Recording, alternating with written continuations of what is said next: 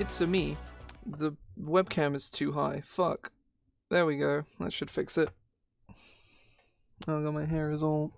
Oh, it looks terrible. Oh, it still looks terrible.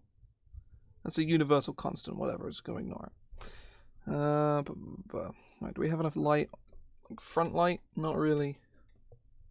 That sort of helps. Sure, we're gonna do that. Do any of the sounds work? They do. I just put the music on. It's Harris Heller still. It's good stuff.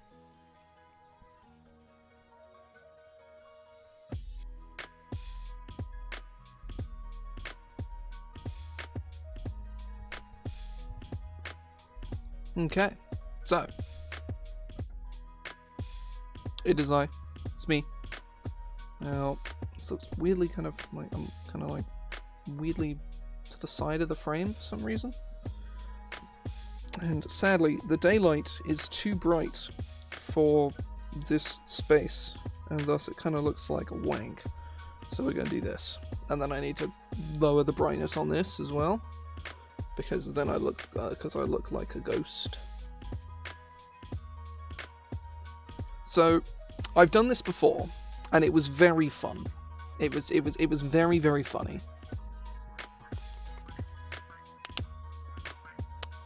This is the D&D Wiki. For anybody who doesn't know, for any lads or chads that didn't otherwise know. Oh, hang on.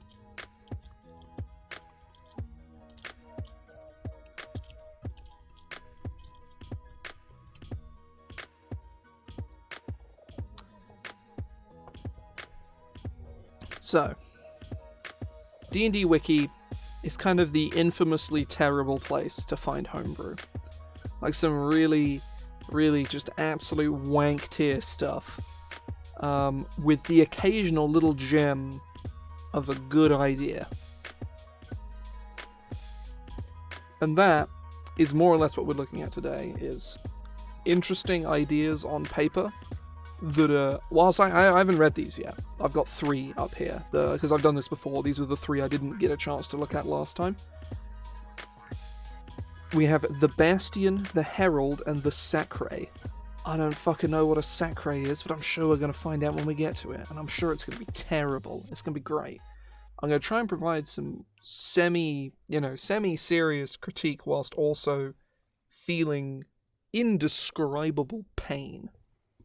Because as somebody who designs shit like this as both a passion and as, like, the closest thing I have to a job is knowing how to do this. There are some things that cause me certain emotional distress when I look at some of these, and it's probably going to be quite funny. We're going to look at the Bastion first, because this is an idea I've seen done many times in many different ways. Is the idea of a true tank class. Obviously, like, a barbarian has a load of hit points, and it's really hard. They're really hard to kill, but they're not, like, Ancestral Guardian makes them a tank, like a tank. But the barbarian as a whole is not intrinsically a tank. That's not like their core design motif. All forms of, like, the Bastion that I've seen are that in some capacity, to varying degrees of success. But we are going to go through. So, what are they saying? You decided to help protect the innocent. That much is a constant between bastions. This should just be a comma here, I think. Even as somebody who edits, professionally, semicolons are still somewhat of an enigma. But I'm pretty certain they shouldn't be used here. I don't think this is an applicable location for them. The only question is how. Will you crush the enemy before they can reach you? Will you heal your allies and draw fire for them? Taking hits meant for them. Or will you stand in the front and be an immovable wall, allowing them to hide behind you? It's not the most eloquently worded flavor text, not to mention that the creating this class thing is generally like 2 lengthy paragraphs of like 3 to 4 sentences each. And also, this should be a capital B, like that.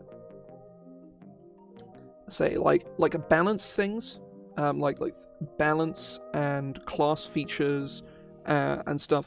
When those are bad, you can kind of look past it, because it takes a long time of just general refining of your skill to just become good at these things. And a lot of the stuff on the D&D Wiki is somebody's, baby's first homebrew, and that's okay. Like, some of the stuff on this is horrendous, but in a way where it's like, we've all done something like this. We've all homebrewed something into something, and it's just been utter wank.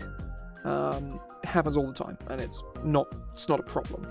But when I see shit like this, where it's just like, you couldn't even be bothered to follow the formatting that's in the books, or you just couldn't be asked to capitalize a letter, that's just kind of like, you can be a bad designer, but still be passionate, and still have good ideas. But then there's just laziness like this. This isn't like a typo, like, that is, relatively okay. This is literally like one of your headers, and you didn't even capitalize the name of the class in it. It's like, that's just fucking lazy. It's not a big deal, but it's like, it's a tell, almost, that, like, somebody was just really excited to, like, slap together a class and just kind of did it. And didn't really write any, because they haven't written any flavor text. Like, even the wiki recognizes they just haven't done that. And it doesn't matter if the flavor text is shit, as long as it gives me an idea of what a bastion is, and luckily you can kind of gauge what it is already, but even then. So, quick build. Highest, con is your primary stat, I guess that makes sense. Hopefully the class actually uses con in some significant fashion. And then followed by strength. That makes sense. Soldier background. Makes sense. Yeah, I said, realistically, this bit here, you can just put whatever the fuck you want. But, right. 1d12 per bastion level. D12 class. I want to see another one. There is only one. I want to see another. I don't know what a D12 class would look like. Well, actually, I do. It's probably something like this. I think it'd be cool. I think we could have one. I'm not sure about this wording here. Let me go check the other classes real quick.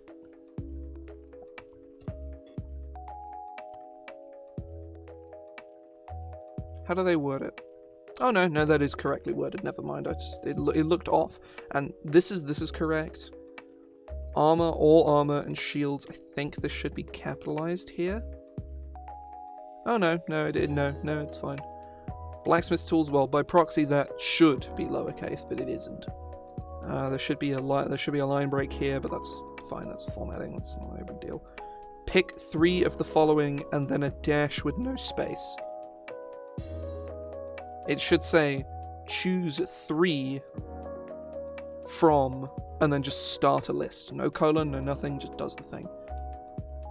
And also, why do they get 3 skills? And it's not in alphabetical order. Okay, right. This is the kind of stuff I'm talking about, where it's just like, just general laziness.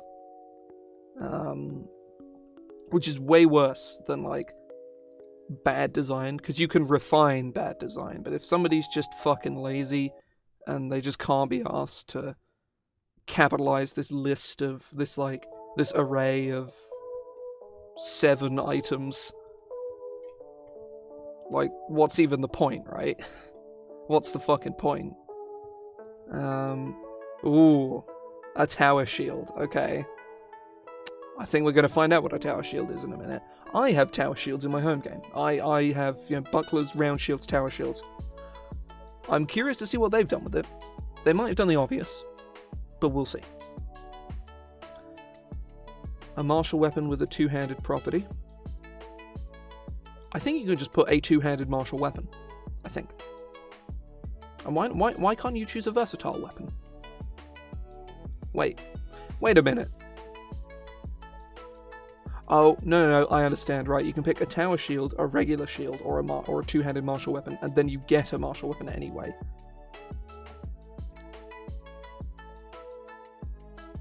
Right, you get chainmail or a breastplate.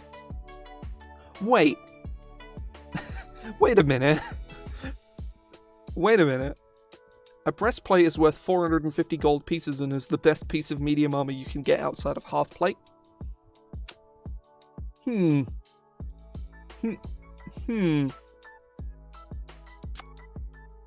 ain't it, Chief. Like, if they said hide or what's the next step up from hide? I think scale, like clerics get scale mail, right? Yeah, just give them fucking scale mail.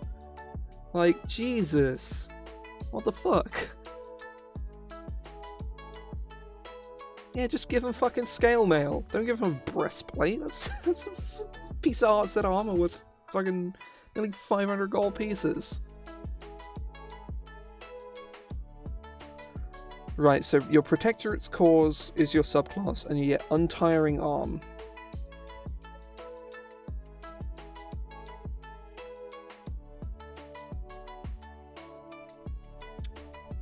Okay, right, does it... Hang on, let me search for the word Tower Shield.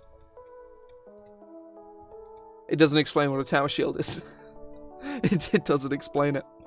It just doesn't. At all. It doesn't tell me what it is. Okay, so Untiring Arm. When using a shield, you do not feel its weight, meaning that its weight does not count towards encumbrance. Wow. I'm 6 pounds lighter. Big whoop. That's... Okay, in addition, whenever you use a tower shield, you do not have disadvantage on attack rolls, so presumably tower shields impose disadvantage on attack rolls, so why the fuck would you ever use one? Why would you ever use one? Why would you ever use something as a martial character that gives you disadvantage on the one thing you can do, which is stab a guy? You still, however... So, okay, right. I'm going to voice a peeve of mine. That I've seen in a lot of design. It's in fucking... Hang on, where's fucking... Hang on. It's in Tasha's. They've started doing it in Tasha's, and I hate it. It's trying to inject reminder text into 5th edition.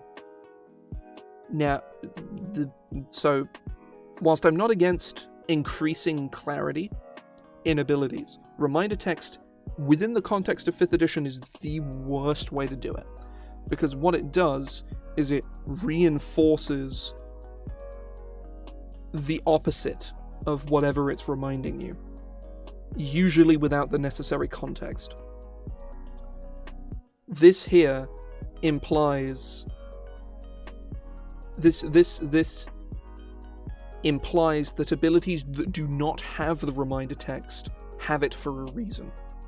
So, I'm trying to think of a good example, but I'm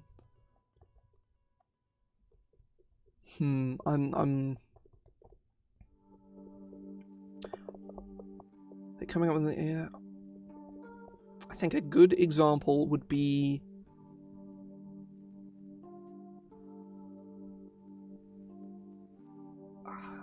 It's difficult to come up with one without specifically looking into it, but this specifically, this sort of like reverse, oh but you still need to do this kind of ruling. It's not a rule, it's a reminder. But it's not presented as a reminder, which reinforces the opposite as being always true or always false, which is not how most rules work. For example, if I wrote an ability that says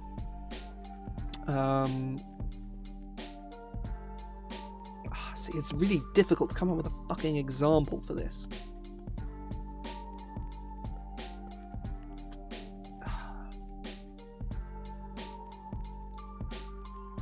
So imagine you have a feature that says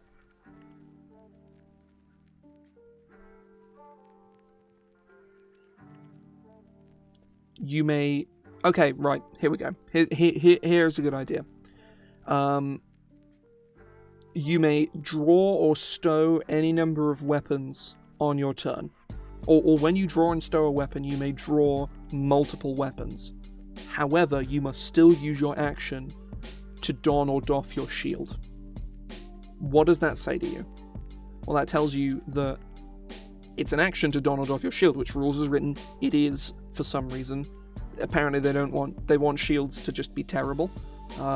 They just want them to suck. Which they kind of do anyway. Well, they don't suck, but that implies that in... See, this doesn't work either. Take my word for it. Right? Yeah, really convincing argument, I know. But reminder text is misleading in 5th edition. In like, obviously it's Wizards of the Coast, they've taken this from Magic. Magic has reminder text, which is italicized and in a grey font, so that you know what an ability does when you read it. And occasionally, they will specify things for rules clarity. Doing that in 5th edition, or more specifically, suddenly starting to do it in 5th edition, when they have never done so previously, kind of irons in the idea that without the reminder text, that the rule doesn't apply, because this reads as a rule, not as reminder text.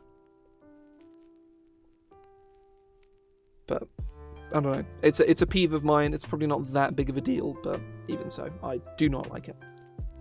So obviously we'll get to the protectorates in a bit, but so far you get an ability that does very little in the face of things. Especially if you're, given that the tower shields aren't included as a part of this class, if your DM says no to tower shields, then this ability does nothing.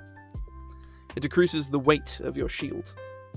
Big whoop. Most people don't play with encumbrance, and B, most people don't even play with carrying capacity. They just ignore it because it's boring. People generally play D&D tabletop with paper character sheets. It's how people like to play the game, because it's the traditional way of doing it. So nobody ever calculates weight, because it does not take long for you to rub through your character sheet on the hit point, on like the hit point section. The one time I ran the game, or when I ran Curse of Strahd, I ran it at the table, and halfway through all the players had to get new character sheets because they rubbed through the paper, rubbing out their hit points. Since a few players have adopted the, mine isn't here anymore, but the markers on Polly Pockets, or whatever the fuck Americans call them. You get like a piece of plastic, you slip the paper in it, and you put it in a binder. That. Whatever Americans call Polly Pockets, putting them in those and drawing on them in marker. I'm going to put Tasha's away now. Put it back where it belongs. In the pile. Because I don't really have any shelves in here. I don't have anywhere to put my D&D books, so they just sat in a pile. There is a 1, 2, 3, 4, 5, 6, 7, 8, 9, 10. There is 11 books in here. Most of which I don't use.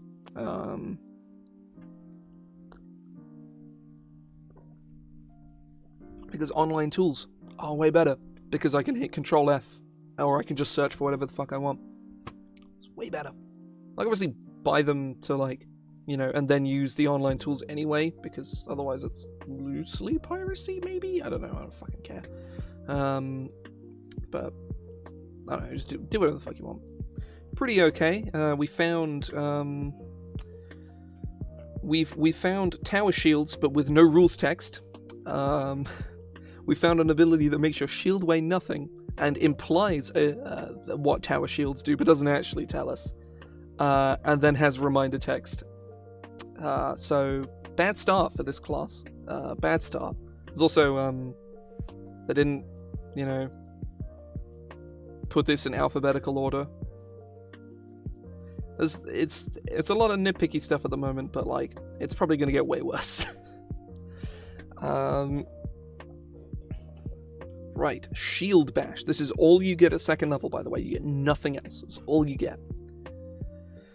On your turn, you may take the attack action to bash your opponent with your shield. You add your proficiency bonus to the attack roll. If the attack hits, you deal bludgeoning damage equal to a d6 plus your strength modifier. The target must then make a strength saving throw. A strength saving throw of 8 plus your proficiency bonus plus your strength modifier. So of DC, it's saying a strength saving throw, the DC of which is equal to 8 plus your proficiency bonus plus your strength mod. Also, modifier should be lowercase. It's only the attributes that are capitalized. The attack should be lowercase. It's only attack action that is capitalized. All other versions of attack are lowercase. Actions, skills, tools, and ability scores are the only thing you are supposed to capitalize, to my knowledge. I think there may be other things, like DC and AC. Those are capitalized for obvious reasons, because they're an abbreviation. But, I'll be pushed back 10 feet. If this pushes a target outside the attack range of your allies, it should be the reach of your allies. They may make opportunity attacks against the creature. This awesome feature, I really like this. This is really good. It's horribly worded, but it's a cool idea. This is something that does not exist within the context of the game. It makes sense to exist within the game. They've also recognized that pushing and pulling creatures in and out of range, it's only willing movement that provokes attacks of opportunity. This is great. It's horribly worded. It's terrible. You cannot perform. You cannot if you choose to dual wield shields. Oh, so you just can't do it. Your offhand shield. So you gain 2 weapon fighting, but it does less damage. Okay, never mind. I like this ability way less now because it doesn't let you. Okay. Yeah, the wording on this ability is horrendous, but I really like it. It's like as a conceptual idea, this is fucking awesome. Execution, it's fucking terrible. Call to arms. As an action, you have any number of allies within 25 feet of you? Yeah, most effects just 30 feet, but that's, gain the following benefits. Use bullet points. This is how each of their turns they regain.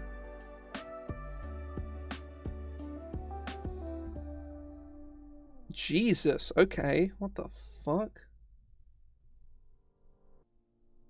This ability is insane. They gain 1d4 plus con mod hit points. They get advantage on the first attack they make, and it lasts a number of turns equal to your proficiency bonus. First of all, it's rounds, not turns, unless you want this ability to do nothing. And 5e doesn't do round by round stuff for fairly obvious reasons, because it makes tracking this kind of shit impossible. One of the primary complaints I've seen about 4th edition is you have multiple abilities. Yeah, it is mass healing word, yeah. Like, it's a really cool ability. Like, I really like it, but it's, like, conceptually at least, but it's obscene. But yeah, one of the primary complaints I've seen of 4th edition is that there is so much shit to track all the time, because so many abilities last for 2 rounds, or 3 rounds, or 4 rounds, and you have to keep track of how many rounds it's been since this thing you had turned on and when it turns off. 5e doesn't do it. 5e does not do it as a blanket rule. There are no abilities that last more than a round and less than a minute. Lasting for 1 round is easy. You go, on my next turn, this stops. Either at the start or the end, it differs from ability to ability, but that shit is effortless to track. But when you're having, when a round in certainly at higher levels of play can take 20, 30 minutes to go through, you do not want to be tracking how long your call to arms lasts when you're 17th level and it lasts for 6 rounds longer than the combat. At that point, it should just last a minute. Except that be insanely broken, because this is multiple, as Joe has said, multiple mass healing words, and you can do it a number of times equal to your con mod. That is fucking insane. It's obscenely powerful. It's a cool concept, don't get me wrong. It's a very interesting idea. but it is nuts. Also, why do they gain it at the start why do they regain hit points at the start of their turn? Why are they not rallied then and there? But, I don't know. At 13th level, this is replaced by Call to Triumph. That, again, that is not a 5e thing. Abilities don't replace one another. Abilities append to other abilities. When we get Call of Triumph, it should say the range of this ability increases by 100 feet. It increases to 100 feet or whatever, like whatever it does. For instance, I'm trying to think of a good example here, but say there is a class, any class, that gives you an ability to use your action to move up to your speed and make an attack, and make one attack. You get that at like first level, say, whatever. Like we'll say that that's what it is, and then at 5th level, it becomes, or at 10th level, say, it will say when you use your charge feature, say that's what it's called. You may instead attack twice rather than once. It is you replace the text in the old ability or append new abilities onto it. You don't just say, okay, get rid of this ability, here's a new one that has basically the same text. A, it's a waste of, it's a waste of text, and B, it's kind of feels weird to just remove one of your abilities and put a very similar but better version, just slot it in the same place. It's very weird. But it's not horrible.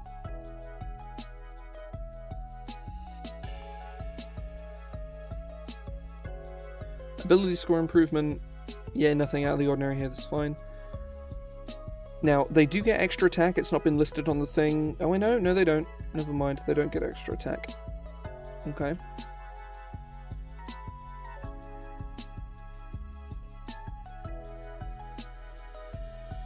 The best offense. While wearing a breastplate, half-plate, or ring mail, take 1 less damage. From what? Take 1 less damage. So, the next time you take damage after gaining this feature, you take 1 less damage and the ability never does anything again? I know, like, the rules as intended is obvious here. That you take 1 less damage from all sources, right? That is blatantly clear.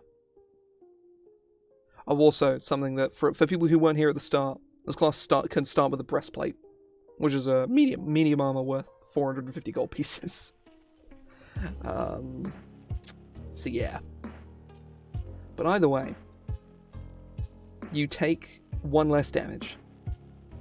It should say, also, basing this off types of armor is ridiculous.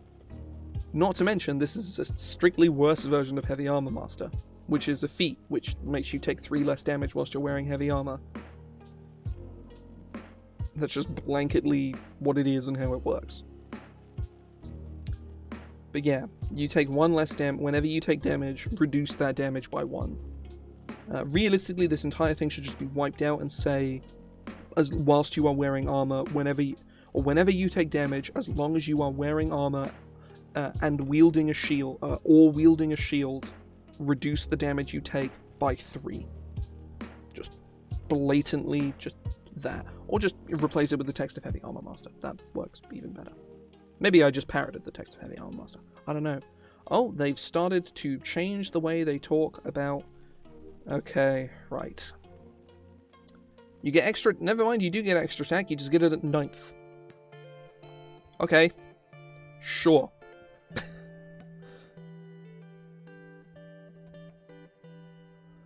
Evoke Challenge. You can draw the aggro of all enemies in your area.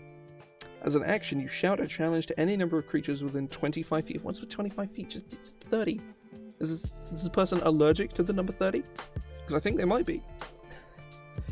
These creatures must make a DC 10 plus proficiency plus strength. Just must make a wisdom saving throw. The DC of which is equal to 10 plus proficiency plus strength plus 10 plus your wait a minute. This should be 8. This should be 8 here. Again, we're just throwing rules away. We're throwing established formatting away. We're throwing like the basis of the system. We're pissing it down the sink. Okay, right. Again, 5e does not use turn-by-turn, like, ability tracking for the sake of sanity. An enemy taunted has disadvantage all attack rolls against a creature other than you. Fine. Again, don't replace abilities. That's not how it works. That's not how it works. It isn't. That is distinctly a possibility, yeah. Yeah, maybe. But then again, I think you read things like this here is blatant laziness, right? This is clearly, they've just gone, I can't be asked to write out the full thing, and I can't be asked to check whether 10 is the baseline. Whatever. And then they've literally just copy-pasted it here as well. They've literally just copy-pasted all of this. Yeah, they copied the sentence, right. Okay. They've also used afraid of you instead of frightened. Again, it's these kind of things that is just blatant laziness, just assuming that like rules as intended will break through, you know, the idea that the basis of most games, 5th edition especially, is founded on is sort of built on the foundation of everything you read is rules text. Everything you read, unless it is a very blatantly not rules text, everything you read is a rule. And sometimes that does lead to confusion with the blending of flavor text and rules text. But sometimes, you know, you create these established sort of conceptions. I think is the word I'm looking for. These sort of established baselines for how things work, how the system works. And by breaking those, you kind of break the sanctity of the system by introducing language, abilities, design spaces that the system is specifically does not use, which makes reading this weird and more confusing than it should be. All these abilities are really simple and not very good. But they're uncomfortable to read, I think is probably the best word, because it seems alien. You can understand exactly what all of these abilities do, but they feel like they were written by somebody who has played the game once and has never read the books. Which, again, if you're going to design for a system, know the system. So many people I have seen just do not at all. A lot of like fairly famous like GMs do not know the system well enough to write homebrew for it. There are a lot of like there's a bit of a spicy take, but Strongholds and Followers, wonderfully written book, but functionally unusable because it is not designed by somebody who knows 5th edition anywhere near well enough to write for it. There is an ability of a creature, of one of the sidekick or retainers in Strongholds and Followers, which stuns somebody permanently because it doesn't specify when the stun ends. Like, it's those kinds of things that just like the sort of lack of understanding of rules conventions in a system that break a lot of otherwise really cool ideas. Because Strongholds and Followers has a bunch of awesome ideas in it. I've ripped stuff out of Strongholds and Followers many times, but I would never run it raw. I would never run anything in that book as written, because a lot of it just doesn't work. The same can be said for a lot of Mercer Brew. Mercer gets arguably too much flack for a lot of things, because he's the big famous, he's the crazy famous one. So of course people are going to shit on him from a height. But you know Mercer knows the system quite well. In fact, better than a lot of people do. But again, it's sort of things that just kind of shouldn't exist in 5th edition are some of the things that he has made. Namely, like the Order of the Mutant Blood Hunter, which 5th edition does not do downsides. If you get an ability, it is good.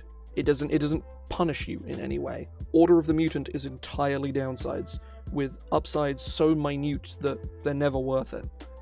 Which is, and a lot of people have strong opinions on Blood Hunter and that it, fundamentally doesn't work. And it's like, I'm sort of 50-50 in the middle. It has a lot of problems, but it's a cool idea and I like it a lot. Which is why I've done what I do with a lot of Homebrew and adapted it heavily by myself and then put it in my home game. That's how a lot of, very dubious...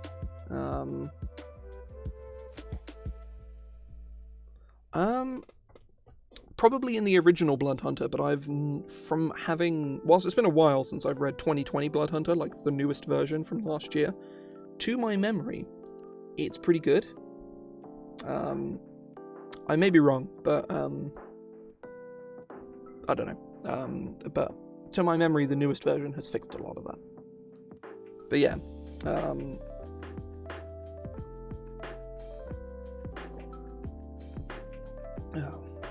So Fearsome Cry is the exact same thing as this, except it frightens people. Again, number of turns. It's literally all the same problems that Evoke Challenge has, except it makes them afraid of you, which does nothing, because it doesn't say frightened.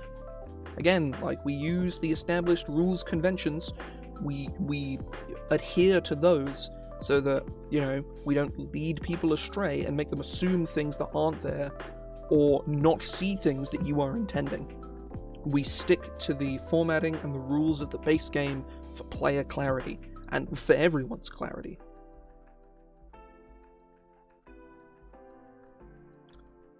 Yeah, those are like a whole thing.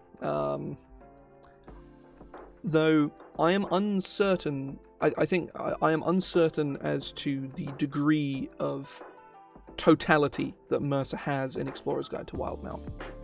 I am actively not really sure what specifically, because there's, in that kind of situation, it's way more Wizards' fault than it is Mercer's. If they just printed Mercer's first draft of Echo Knight and Darkstar and the fucking Corespawn Crawlers or whatever, then that is on Wizards and not on Mercer. Because if you're a designer, get people to look at your shit, because you're going to have missed something. You're going to have made something super broken. You're going to have done it. Make sure people read your shit, people who know stuff as good as you, if not more. Which is why I tend to run all my stuff by Joe, because he generally knows what he's talking about.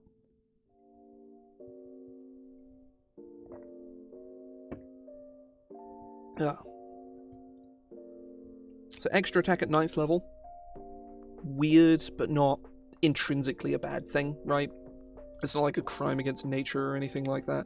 It's just really weird. Hearty. You get a worse version of the Tough Feat. You gain 1 hit point per level, gain 11 hit points immediately for levels 1 to 11. So technically speaking, by wording of this ability, again, he could have literally just taken the wording from Tough, right? He could have just directly just yoinked it, put it here, and changed the numbers, changed the word feat to feature, and changed the numbers 2 to 1. And instead, he's done this, which somebody reading this could say, oh, I get 110 hit points from this, right? Because gain 11 hit points immediately for levels 1 to 11. So is that gain 11 hit points full stop? Or is it gain 11 hit points per level 1 to 11? Reminder text. This is sort of, but not really. This is not quite reminder text, but it is exceedingly misleading. Don't write stuff like this. Oh yeah, no. So Mercer stuff is. I personally like it. I think there's a lot of cool ideas, and College of the Maestro is still my favorite bard subclass. I love it. It's great. And that is nobody knows that Mercer brew, and it makes me really sad because it's really good. It's it's quite well balanced. It's strong, but it's, balanced. It's just good, which all things should be within the context of the game. I'd say Hardy is. We are scanning through D&D Wiki stuff, and the D&D Wiki is the place where good ideas go to die. People have really cool ideas, and they just kind of make them, and then just kind of hurl them on the D&D Wiki, and never look at them again. And nobody ever gives them any critique, and they're usually very bad. Instead of going to somewhere where they can, spend, months and months. I've not got any experience with that, but if it tracks with the description I just gave, then yes. But I say nowadays, the D&D Beyond forums have become the new D&D Wiki. There's some dog shit awful stuff on D&D Beyond. It is. It's bad. It's bad.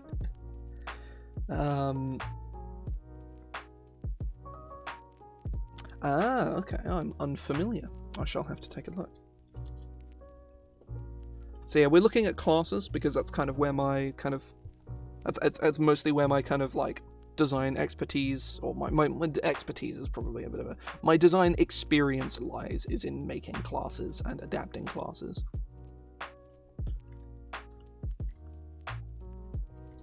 What the... I feel like I've heard Gestalt before.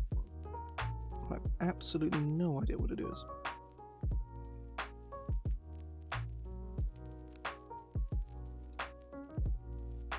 Gestalt characters?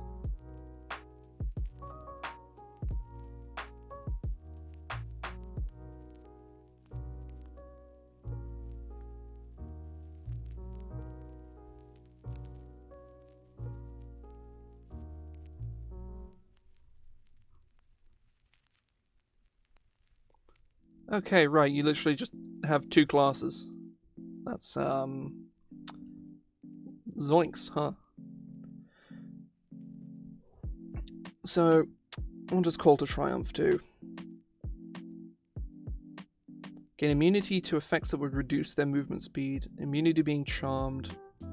Yeah, it's literally just more, and Evoke Rage seems to be much the same. I'm just going to skim over those because they're just enhanced versions. Oh, and you get the Barbarian level 20 ability. So, that level 20 ability is really good. Warcry. As an action, these creatures... Oh, it's just an improvement of the terrible Frighten ability, so yeah, we're going to skip that too. When you drop to 0 hit points... This seems to be a worse version of the Barbarian. So yeah, this person ran out of ideas and just gave them 2 Barbarian abilities.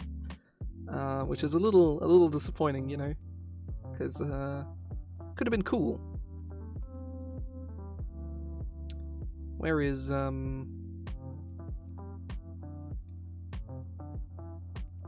which one is it? Where is it? Relentless Rage. Oh no, correction.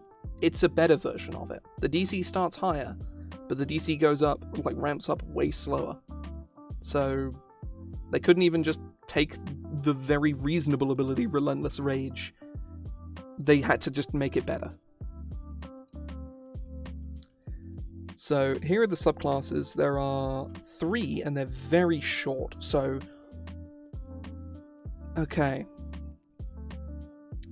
When you pick this course at first level, you can choose up to one other creature within 5 feet of you to gain the AC benefit of your shield. Right, I have questions. First of all, when do you get to choose this? Second of all, do you keep the benefits of your shield, or do they gain it instead of you? I feel like there's a third question, but I don't know what it is. It also doesn't specify you need to be wielding a shield to do that. Then again, I guess the AC benefit of your shield would be 0 if you're not holding a shield, so that's probably fine. But yeah, if it's when you enter creatures within 5 feet of you gain the benefits of your shield, gain the AC benefits of your shield, alongside you or something. That's cool. That's interesting. You want to stay next to somebody, like right next to them all the time, so that they're protected. That's cool. Yeah, that's you know, it's not very good, but it's neat. Because you do still get something else. Oh no, you get something at third. Okay, that's oh god, I see one. Oh, they just couldn't be bothered to write 3/4, so they put 3/4. Okay. When you decide to settle into a defensive stance, there aren't many who can break past it. If you do not use your movement on your turn, you go into so you don't have a choice. In this stance, all attacks made against you are done with disadvantage, made with disadvantage. In addition, if a creature tries to leave your attack range and you manage to hit them with an opportunity attack, you reduce their movement to 0. So you gain sort of Sentinel. Finally, one ally near you, when your Sunken In ability is active, will benefit from the bonus to shield, in addition to the one protected by Shield Bearer. Furthermore, you may use your reaction to provide one ally within 30 feet through an attack target when you are sunken in. This does not work against AoE spells or attacks. First of all, there are no AoE attacks. Second of all, an AoE spell is not an attack. Fireball is not an attack. Again, you see a lot of stuff here that is just kind of like very telling to just a lack of understanding in the rules. And also, this is what I'm talking about. Reminder text here. Admittedly, it is reinforcing ruling that is just incorrect, but saying this does not work against AoE spells and attacks implies that A, AoE attacks exist. They do not. Oh yeah, no they don't. Wait, no, I don't think... No, you don't lose your movement.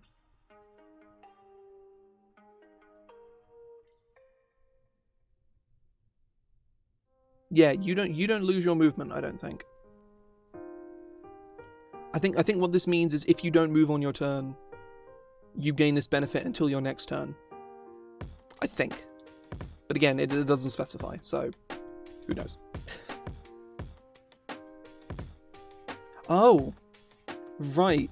Yeah, you're right. They just you just rip their fucking legs off. You turn their legs into sticky tape. Sure. See, here they specify you need to be wielding a shield, whereas here it doesn't. Shield wall, starting at 10th level, when an area of effect spell hits you, you may use your reaction to make a constitution check with a DC of 10 to exceed. Any creatures with you in a straight line between them and the center of the spell are exempt from the effects of the spell. Okay, I know what this is trying to do. It's trying to turn you into a full cover kind of situation, right? Which is really cool, by the way. Like, it's really cool. Problem is, it doesn't work. I don't like reading this. I'm like, how? What? In a straight line between them and the center of the spell are exempt from the effects of the spell? This is very confusing. As an action, you can become the fortress itself for the next 3 rounds. We do not have round-by-round abilities. It's not a thing. You're immune to all damage coming from attacks and spells, okay? And all allies within 5 feet of you will take, in the future, at some point in the future, they will take half damage from the same sources. Doesn't tell you when. Moving any distance using a ranged attack or attempting to cast a spell cancels this stance. So you just can't do anything. You may do a single attack as an action. More than one attack in a round will break the stance. Once the effect expires, you will have disadvantage on every attack you make for 3 rounds.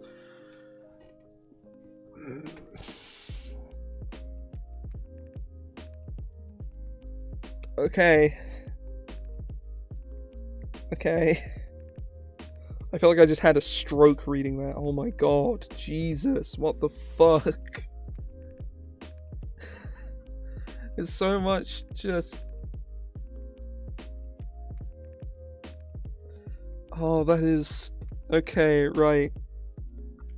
Okay. Let's read the Crusher. Oh, you get a spin move. Okay, right. My will to live has come back. You get a spin move. You can use your attack to attack each enemy within melee distance of you. These attacks all have disadvantage. Spin attack can only be done once per round of combat and requires you to use a two-handed weapon. Okay, never mind. My will to live has left me again because the spin attack doesn't work. The spin attack... You can use your attack to attack each enemy. To attack each enemy within melee distance of you. Ah, yes, melee distance. Yes, when the enemy leaves my melee distance, they provoke attacks of opportunity. Do you see how fucking weird that sounds? Use game terms. Learn the system that you're designing for. Just fucking do it. It's... Spin with glaive. Honestly, sounds fucking sick. I'm on board. Spin with glaive. Spin move.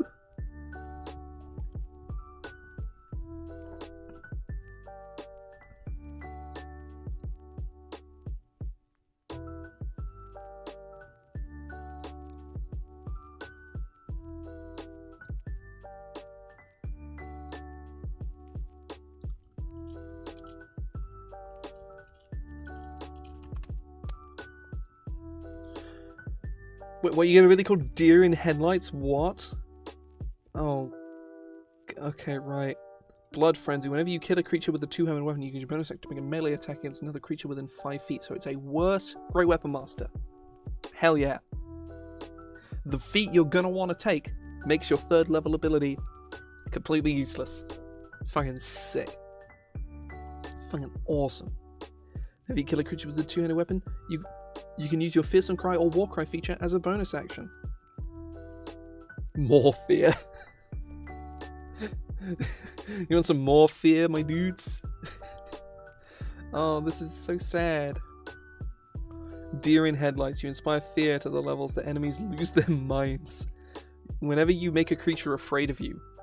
Whoa. Roll a d8 to determine the direction that creature moves.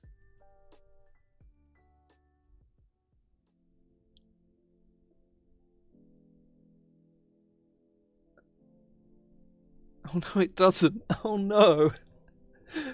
Oh no. I wanted to spin with my glaive. If a creature that moves towards you enters your melee range, you can make a free attack against that creature. If it moves away from you out of your melee range. That's already how it works. Oh god. It genuinely feels like this here was written by another human being than like these subclasses were written by another human, which honestly, on the D&D Wiki, it's unlikely but possible. Which is even worse. On the D&D Wiki, you can make something genuinely really cool, and somebody can come along and just change all of it and make it terrible. Why does this website exist?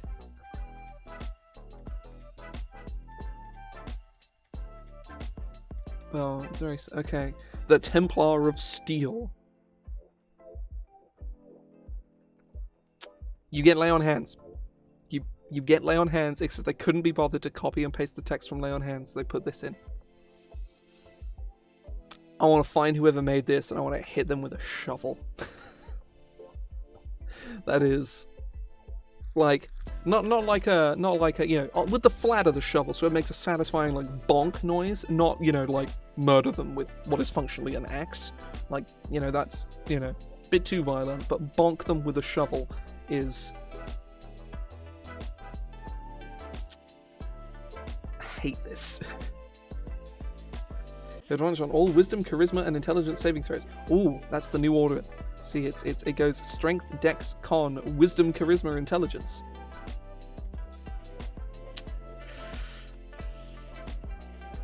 Against being controlled. Yep. Bonk, go to D&D design jail. Charmed by magical means, you emit bright light for 10 feet and dim light for 10 feet after that. Okay. Okay. When an ally within 10 feet of you is being hit, the arrow is in the process of piercing their skin. You can use your reaction to intercept the projectile with your body. You pull their body back off the arrow, and then you run into the arrow instead. The attack hits regardless of your armor class, but deals half damage. You can use this after the attacker declares the attack, but you must do so before the dice is rolled. Okay, so no, okay. So you just say, I choose to get hit, instead of them maybe getting hit. I mean, I guess at higher levels, like, it doesn't really mean anything, but... Oh shit, logic override. He's going to defeat me with facts and logic. Creatures in the event of your Call of Triumph feature gain immunity to fear and charm, and always regain max hit points on the D4. Oh, right. Call of Triumph does. Okay. Yeah, it is, actually. Yeah, it is. I didn't even read the ability name. Creatures in the effect of your evoker agent must also make wisdom whenever they want to attack another creature. That's actually kind of a cool thing. You give everybody around you sanctuary when you evoke rage. That's cool. It's horribly worded and it doesn't work, but it's cool. Oh, guys. You gotta have 14 strength and 16 constitution. You gotta be really tough to multi-class into Bastion. Fun fact for those of you that don't know, all the multi-classing prerequisites require you to have a 13 and no more in 1 to 2 stats. It's breaking convention. Again. And you gain proficiency in heavy armor and martial weapons, but you don't gain light medium shields or... I don't think... I think Joe's right. You don't get... There's no class that gives you heavy armor proficiency from multi-classing. And the funniest part is it doesn't give you light or medium, so you can be a wizard with no armor proficiency and no weapon proficiency and suddenly be proficient in plate armor and longswords, but not be proficient in leather armor and a knife. I mean, wizards are proficient in daggers, but, to punctuate my point, about, following established convention. Like, if I open the player's handbook, I forget where my player's handbook is. I'm going to try and find it, to again, punctuate my point. Here it is. Is the player's handbook. Here it is. So let me turn to the page on multiclassing. It's here somewhere. You can hear me satisfyingly turning the pages, or maybe it's not satisfying, it's very annoying. If so, that sucks to be you, I guess.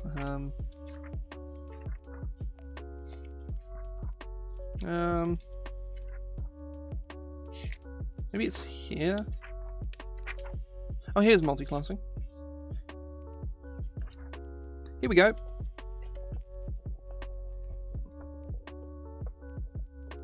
Oh, wrong place. Here are all the multiclassing prerequisites here. You can kind of see there that they're all 13. There isn't one that isn't a 13. They all 1 to 2 stats, all 13. And then if we turn to the next page, give me a second, I have to try and not tear my player's handbook. It's the wrong page. It's over here. There we go. You get proficiency. Light armor, medium armor, shields. I think it's ranger there. Yeah. But yeah, it's ugh.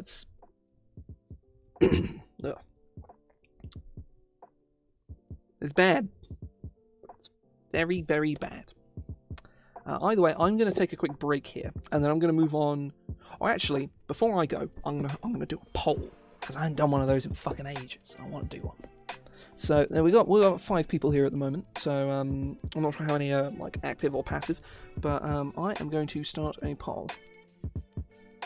New poll.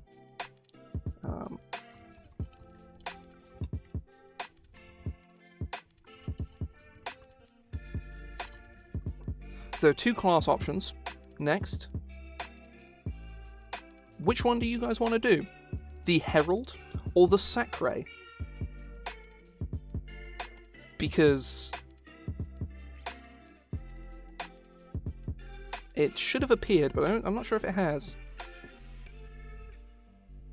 Has the poll not appeared?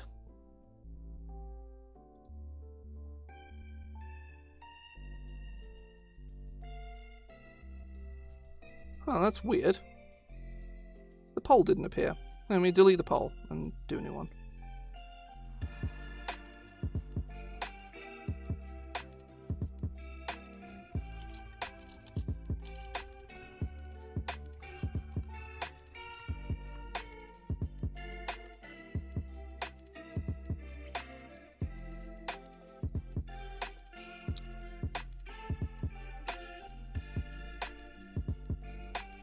Right, so I just made the poll. There we go. The poll actually bloody showed up this time. So, during the break, do post on the poll. You can look at the Herald or the Sacre. I don't know anything about either of them. Absolutely no fucking clue whatsoever.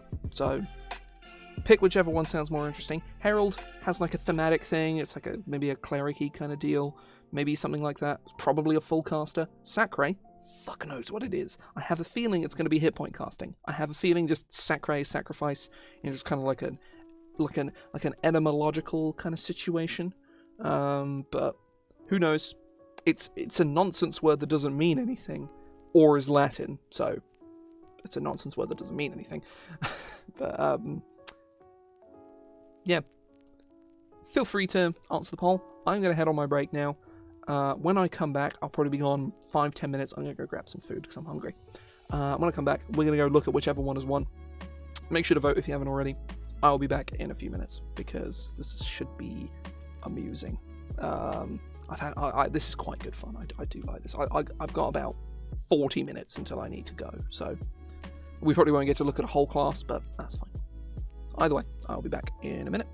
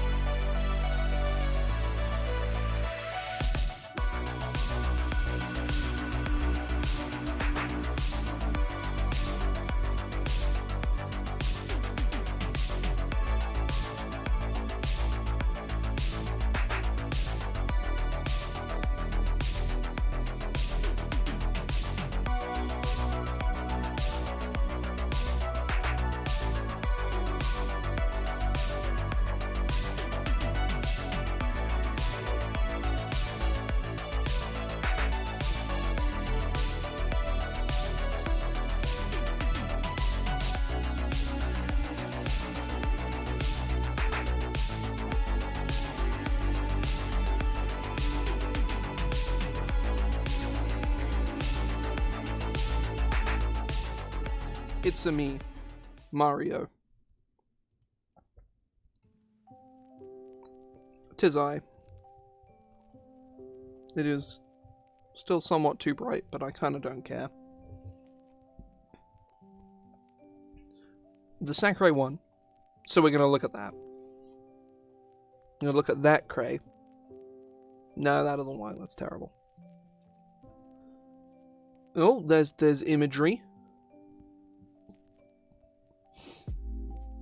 Oh.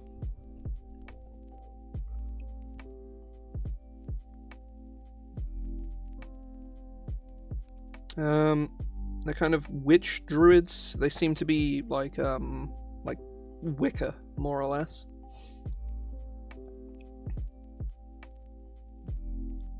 D8 hit die. Get herbalism and a healer's kit. Wisdom and nature, I should say simple weapons. Again, not bothering to just capitalize your list of skills, you know, so that it can be more easily read.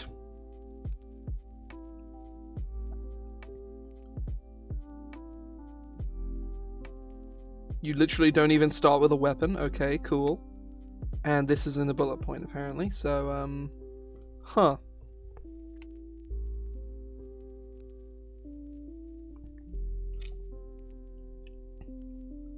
So, again, spellcasting, tithe, and soul. Maderi, soul improvement, Maderi improvement, Sapporo, Castatas, Visis. It looks cool, but I don't know what any of these abilities do just by looking at them, because I don't speak whatever language this is. Presumably it's Latin, but I don't fucking know. So, learned caster, 9th level caster. Your slots.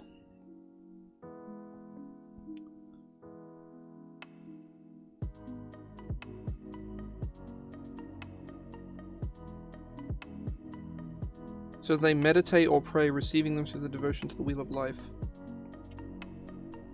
So they should be prepared casters, but they aren't. This has all been copy-pasted, so it works and it's fine.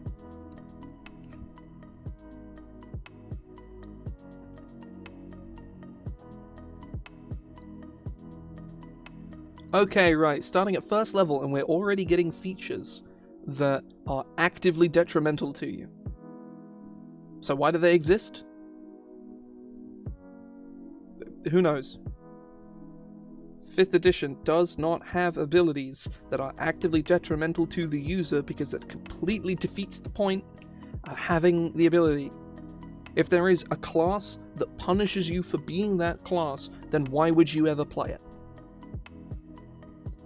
Or if there is a race that punishes you for being that race, why would you pick it? Why be a kobold? Why be an orc? It's bad design. It's bad design, just period. Like this isn't Risk of Rain. You know, if I pick up fucking Purity and Risk of Rain, it lowers my cooldowns, but it makes my luck worse. Cool, whatever, that's fine, it's a video game. That's how that shit works. Video games have trained us to kind of, sometimes the reward for a cost thing is worth it, but most RPGs do not run on that basis of thought. And when you start to apply them to RPGs, when you show people the raw numbers, it stops being worth it.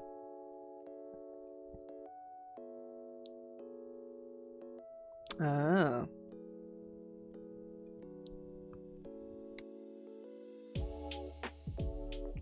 Alright, so when you use any spell, ability, or attack that deals hit point damage to another creature, sure, it deals the same hit point damage to you. Great. So I already don't want to be a Sakurai, because I can't do damage to things. Sick. Great. You bend the wheel of an enemy within 60 feet of you. Make a spell attack against the targeted creature. Yeah, basically. Presumably this is meant to be, like, This is like a support thing exclusively, but even so. Make a spell attack against the targeted creature. If the attack hits, all damage dealt, I should say on a hit, all damage dealt by the target to all targets except you is halved until your next turn. You may choose, beginning at 5th level, you may choose to use this feature as a reaction to any hostile action. The creature taking the hostile action must be the target of this reaction. I know what that's trying to say, but my god, is it poorly worded. It should say, beginning at 5th level, whenever a creature within 60 feet of you casts a spell, uses a feature, or makes an attack that would be harmful to you or another creature, you may use your reaction to use this feature targeting that creature. Right.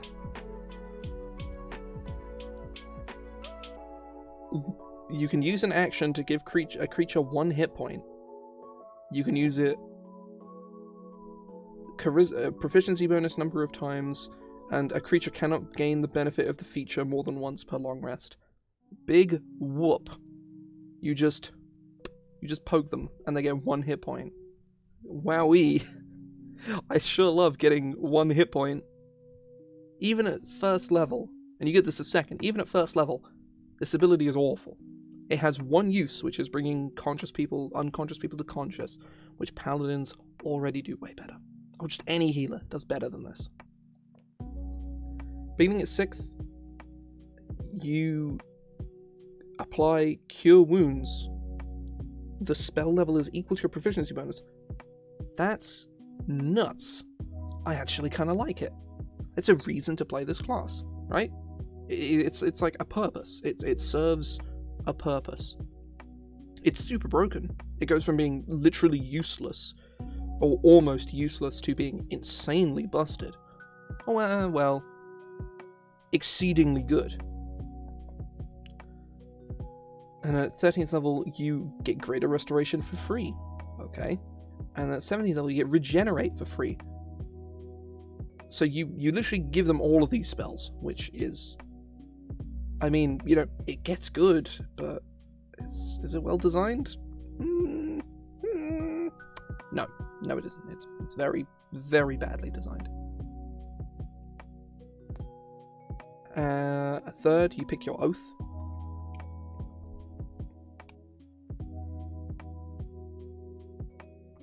Ability score improvement. Sparrow. You and all allies in a 5-foot radius sent on you regain a maximum number of hit points possible from any healing. That's... okay, that's interesting. I don't think it's particularly good. Well, I don't think it's particularly healthy for the game. But I don't hate that ability. I think it's okay. At 10th level, you gain immunity to Charmed, Petrified, and Poisoned. But not immunity to poison damage. Just the poison condition. So... okay. It's weird, but sure. Visis, you gain 30 feet of true sight. Sure.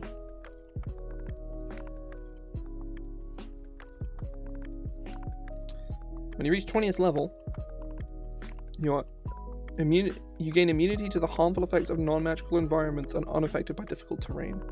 Magical effects such as fireball and other damaging attacks still harm you as normal, though an arrow that is imbued with non-magical fire will do no damage.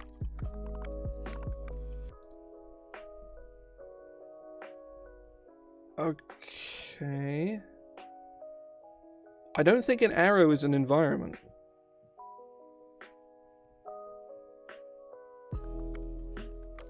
Additionally, as an action, you can choose a 5-foot cube of any terrain within touch distance and transform it instantly into any shape. Let's move it 10 feet in any direction. If you move it... again, fire... a flaming arrow is not an environment either.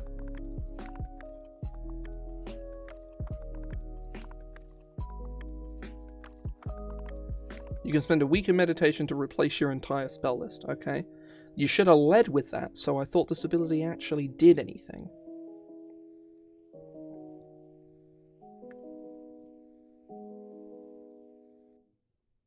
Okay, right. This ability to, like, mold the earth immediately is interesting, but, you know, it's not very well worded. How many subclasses are we looking at here? 3. Okay. So, Mender. You are a Mender, an individual devoted wholeheartedly to the restoration of the world and remedy the dying corrupt. You have the sick, moving headlong and the sing unto me a song for this, whatever. You can healing word as an action, which, like, non-bows with your ability of a 5-foot radius improved heal. Okay. Oh, you literally just gain, like... Okay, right.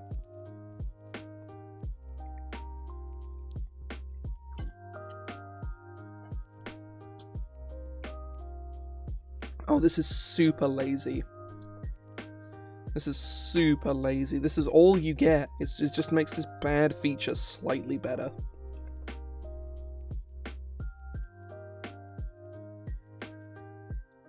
Ugh. Will of 1, you restore all hit points to a creature you touch as long as they are not dead. Take damage equal to half your current hit points rounded up. Again, don't put a cost on these things. Also, the idea that you can touch a creature with like 1,000 hit points and just immediately, like, it should be like 200 hit points, right? It should be like a mass heal kind of situation.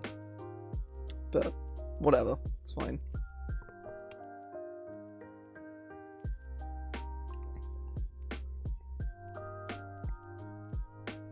So, Weaver, you can turn... Why specify melee, ranged, or spell attack? That's all types of attacks. Just an attack roll that would hit you into a miss. So you just, like, twice per day, you can just have an attack just not hit you, which is... okay. You no longer provoke opportunity attacks, and you can escape grapples without a check, and you cannot be restrained. Why not just specify you can't be grappled or restrained, then? That's a dumb ability, but sure. What does that have to do with fate? As an action, a creature you touch gains the effects of Death Ward. Okay, whatever. Your spells cannot be countered. That never comes up. Oh no! Additionally, you do need verbal somatic components in order to cast spells. That already makes it so... Oh god. So this ability doesn't really do anything.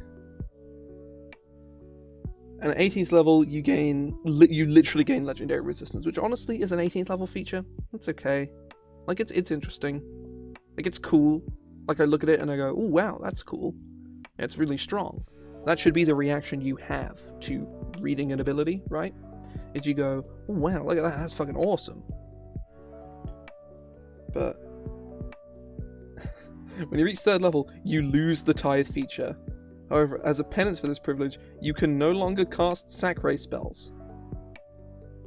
What?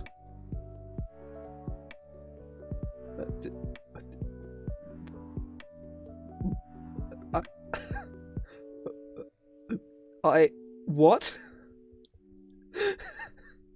What?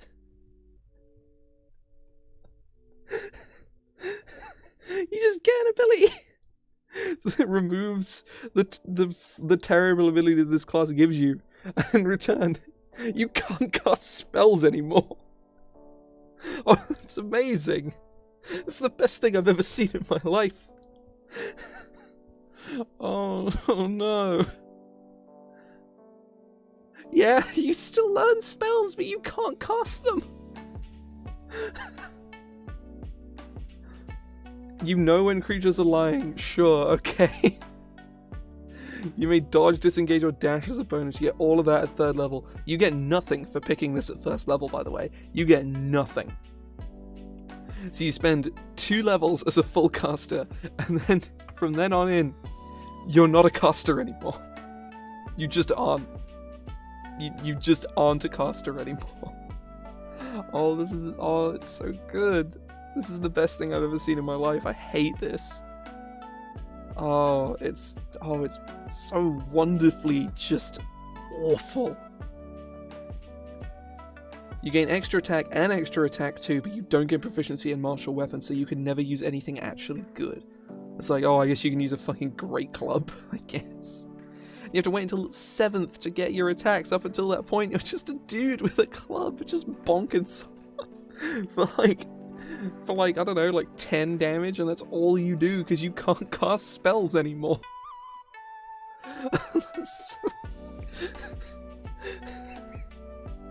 So yeah, you get extra attack too, sure, fucking sick.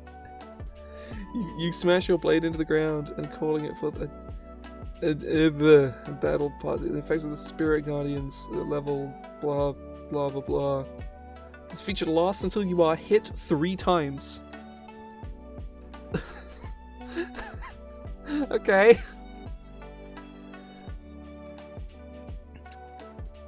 Oh wow, at 18th level, your melee attacks now deal an additional 1d6 radiant damage. Oh fuck. If you hit an enemy with 3 attacks on the same turn, the 30 hit shimmering blue and white rings sprout from your back.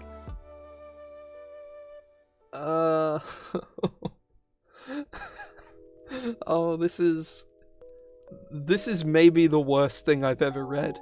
I genuinely think this might actually be the worst class I've ever read. Because like from an objective standpoint, there's definitely worse things I've seen, right? Things of just people who just blatantly have never played 5th edition before, right? This is like, somebody made this.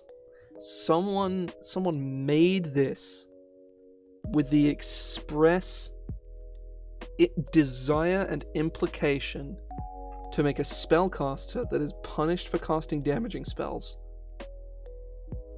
And luckily it doesn't actually learn any damaging spells, so I guess there's that. But is punished for learning, for casting, for doing anything harmful. And if you take the one subclass that removes that, you stop being a caster and become the worst martial character I've ever seen in my life.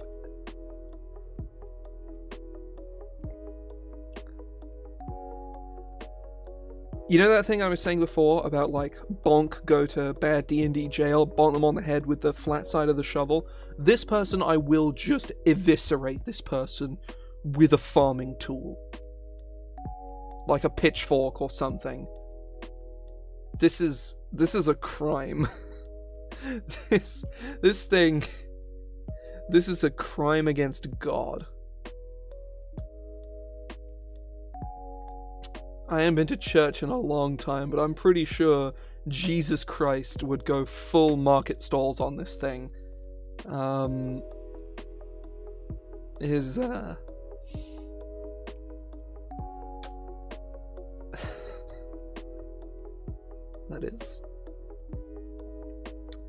is so bad. It's so awful. I love it. Let's look at your spell list, I guess. Assuming you don't pick the subclass, that means you can't cast spells anymore. Oh no. Right, so your guidance, gust, light, mending, thaumaturgy, resistance, and spare the dying. Okay, fine. Bunch of cleric cantrips and gust for some reason. Oh. Absorb elements, bless, comprehend languages, create or destroy water, cure wounds, detect magic, detect poison and disease, entangle, fairy fire, fog cloud, good berry, healing word, identify, jump, protection from evil and good, purify food and drink, sanctuary. Fine, right? Yeah, these are all fine spells. I'm pretty sure this is like cleric druid. Honestly, it actually gets some pretty okay spells. They don't get any form of damage, but like I guess that's kind of the point. They get knock for some reason. Sure, whatever. Web, Zone of Truth, Beacon of Hope. They get Counterspell. They get Fly. They get Glyph of Warding, so they can do damage.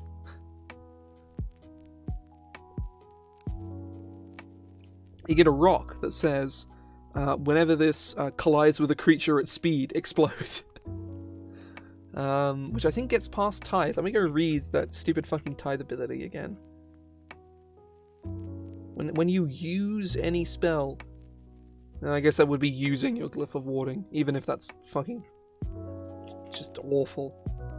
Oh shit, you get Astral Projection, whoa! You get Foresight, Imprisonment, Mass Heal, True Resurrection. You get Glibness, sure. Okay, so you get like 2 good 8th level spells. You get Power Word, Stun, and Glibness, and a bunch of bad spells and flavor spells. Magnificent Mansion, sure, okay. Plane Shift, Regenerate, Resurrection, Teleport. Yeah, they get like it's like some good spells. They get Anti-Life Shell. What else they get? Dispel Evil and Good. They get Hold Monster. Mass Cure Wounds, Raise Dead. They get Scrying, Seeming. They get like some pretty okay stuff, but oh wow, this thing is just awful. It's just so bad. Oh my god. This is the worst homebrew I think I've ever read. I think. It's so simple, yet so terrible. Wait. You learn 30 spells. There's a period where you get 2 spells every level. Why? Why do you get 2 spells? It goes, 3, 4, 5, 6, 8, 10, 12, 14, 16.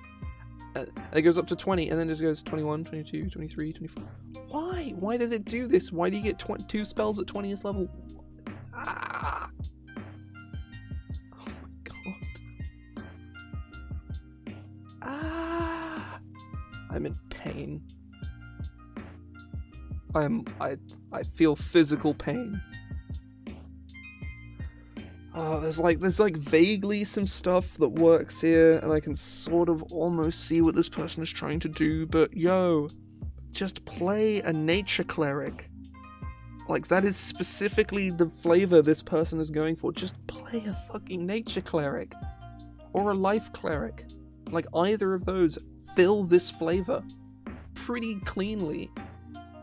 Or, multi-cleric and druid. Multi-cleric and warlock. Whatever works. Whatever fills the flavor you're looking for. Generally speaking, I am somebody who's like, if there is, a flavor niche, make a class for it, sure, go for it. If you can come up with a unique mechanic.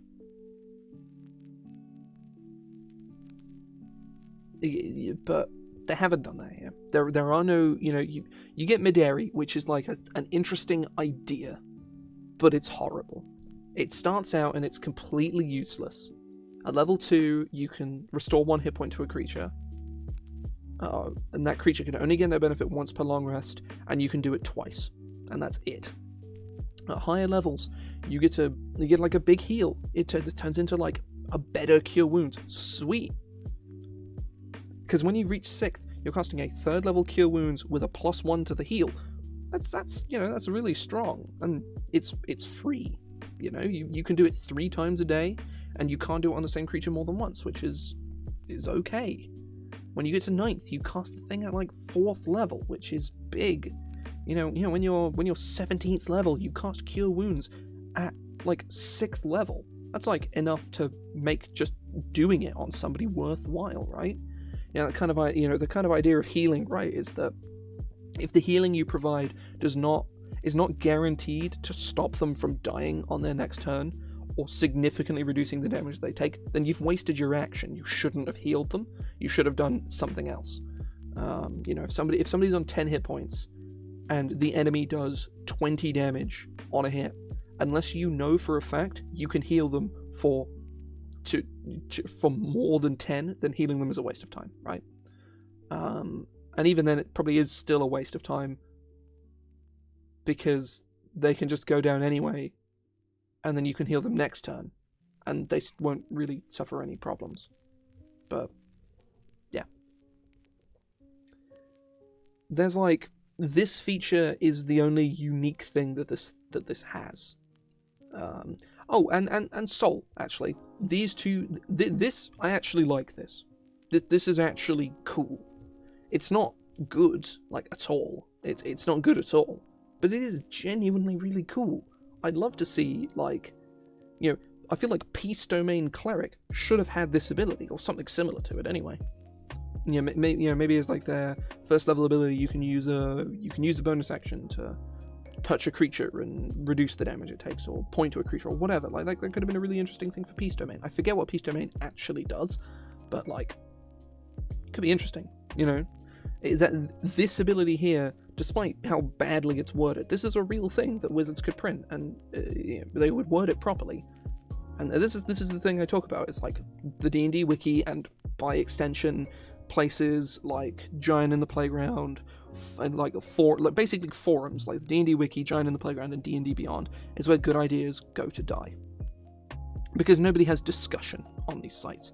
Nobody gives critique. There's no need to improve. Somebody's just like putting this in their game, and whoever made this, one of their players might have played this. Can you imagine, as a player, assuming everybody here has played 5e, I'm not sure why you're watching this if you haven't. I mean, if you are, then fair enough. Like, you know, I ain't gonna fucking stop you. But, you know, imagine playing this. And, you know, there's a lot of things. Imagine playing the Bastion that we were looking at earlier on. They're fucking awful. It's like, just, like, in the case of, in the case of this, if you pick the whatever the fuck, the Valkyria, or the Valkyria, break the chains of the waking world, pulling all your midst unto the wheel. They seek salvation, but without guidance. What hope do they have? This is nonsense. This has no flavor. What the fuck does this even mean? This is just nonsense. You literally just lose your class. You stop being a caster, which is the one thing that you do that's interesting. Everything else you do is just, you know, you have like Soul and you have Maderi, and that's it. So, yeah, you just kind of throw away all your cool abilities, or you play something uninteresting. And that's like the big thing, is if you're making a class, lots of people who like Homebrew, who find it an interesting thought exercise, because that is ultimately what it is. If you have any kind of desire to design, this is a great thing to just try. Make a subclass, make a class, make a spell, whatever. It can really teach you a lot of things if you put in the effort and you try to learn instead of just churn something out. Which is what a lot of the stuff on here is. You know, it's a great teaching tool for yourself. It's a great piece of practice. Just for any kind of game design. It's great.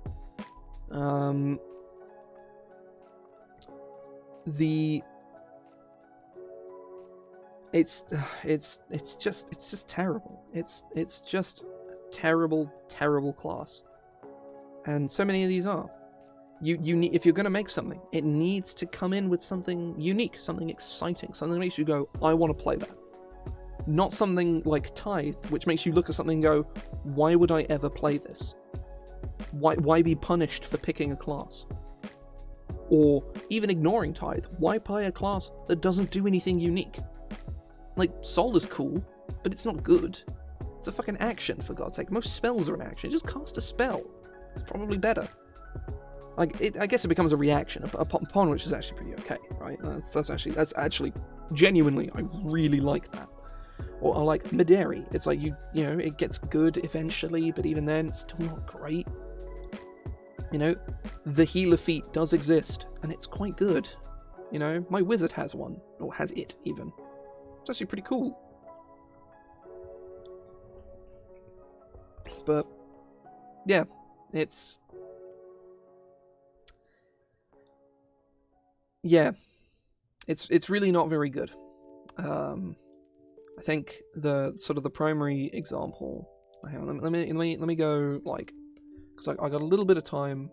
Why is Adobe Acrobat Reader installing an update? Like, come on, I'm trying to punctuate my point here. I only got a couple minutes before I need to leave anyway, but like, for fuck's sake, it's literally configuring. What are you doing? What are you doing? Can't even. Oh, there we go. It's open now.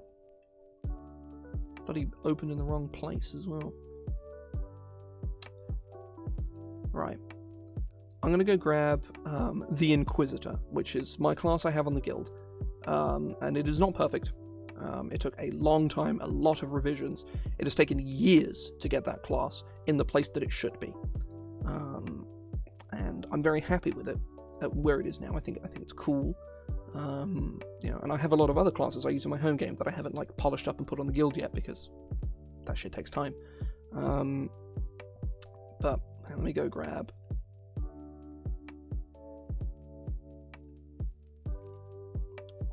Give me a minute. I almost got there. Here we go. Right. So here's the Inquisitor, right? Let's just like get Acrobat out of the way. So we've got 12 pages here. This is. I hope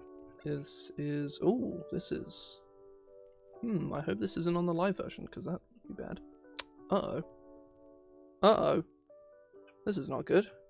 I hope that isn't on the live version. There's this big old fucking white box here. I have to go fix that later on. Let's open version 3.1 because there's only like some minor alterations between the two. But yeah, we got all of this. There's the link to the actual Hero's Handbook. You can go pick this thing up for free on the guild right now. Hang on, there we go. This is the pay what you want version, so you can get whatever the fuck you want. But to use the Inquisitor as an example, the main thing I went in doing was I want the judgments to be the thing that you pick. I want the judgments to be the thing that you look at and you go, oh, that's cool. I want to use that. That looks fun. And that's what the purpose of the judgments are. So you start with your judgments and your subclass. You get spellcasting. You're a half caster, and you get a feature called Spirited Scrutiny, which is a flavor ability. You get devotion, which is very it's it lets you be better at all the things that you do. You get a lot of abilities that aren't big, oh wow, but a lot of abilities it's just like, oh, none of the other classes can do this. This is what I do. This is my thing that I do. And if we look at the classes we looked at today, they kind of don't really have that. Both of them, the Bastion had the pushing ability, where it pushed creatures, but the pushing triggered attacks of opportunity, which is fucking awesome. That's cool as hell. Everyone wants that to be how pushing works, but it isn't, and it's really sad that it isn't. But it's so fucking cool. It's really cool. It obviously isn't how it works for balance reasons, but within the context of that class, it made perfect sense and was awesome. Here you've got Soul, which is not a very good ability, but it's really cool, especially when it becomes a reaction at 5th level. Like, it's a cool ability. You got Madari, which is very flawed, but at least unique. But that's it. Everything else is you are a forced support. You cannot impact the battlefield in any significant fashion. There are no damaging spells that you even get outside of Glyph of Warding, which is terrible. Do you get Spirit Guardians? No. Sleet Storm. Maybe you get Slow, you get like a few bits and pieces, you get some buff spells, but most of them are just not good. Your spell choice is pretty bad. But yeah, you get Entangle and Web, so you get Entangle, which is just a better web. But yeah. Either way, that's the wiki. I'm going to do this again in future, and it'll probably be less upsetting. But hope folks have been imparted with something you didn't know before. If not, maybe it was funny. I don't know. But I am probably going to go raid somebody because I need to... Oh, thank you very much for the follow. Thank you very much. So speaking of which, I do this every Monday. I don't do critique every Monday. Generally, I make stuff. I usually do like first drafts and stuff. I'll like hammer out an idea in a couple hours. Or I'll do like very recently I did a full rework of Paladin over like 4 or 5 weeks. Occasionally I do that. I do this every Monday. And on a Sunday I'll like play a game. Currently I'm playing Pokemon Heart Gold. I have a pretty loose streaming schedule because I am very busy all the time doing things that don't really matter. But keeps me occupied, so gives me something to do. Either way, hope folks have enjoyed themselves. Press the buttons if you want, or don't. Like, you do whatever the fuck you want. I'm not your dad. there is nobody to raid, so we will not raid anybody. Nobody I'm following to raid, at least. And I'm not going to go rummaging through the D&D thing, because it's all live play stuff. I don't know any other people who are live playing at the moment, so not gonna click on it. And I also have a game I need to go to like right now, so I'm gonna go do that. Hope folks have enjoyed themselves. I'll be back next Sunday and we'll play some more Hard Gold. But yeah, hope folks have enjoyed themselves. See ya.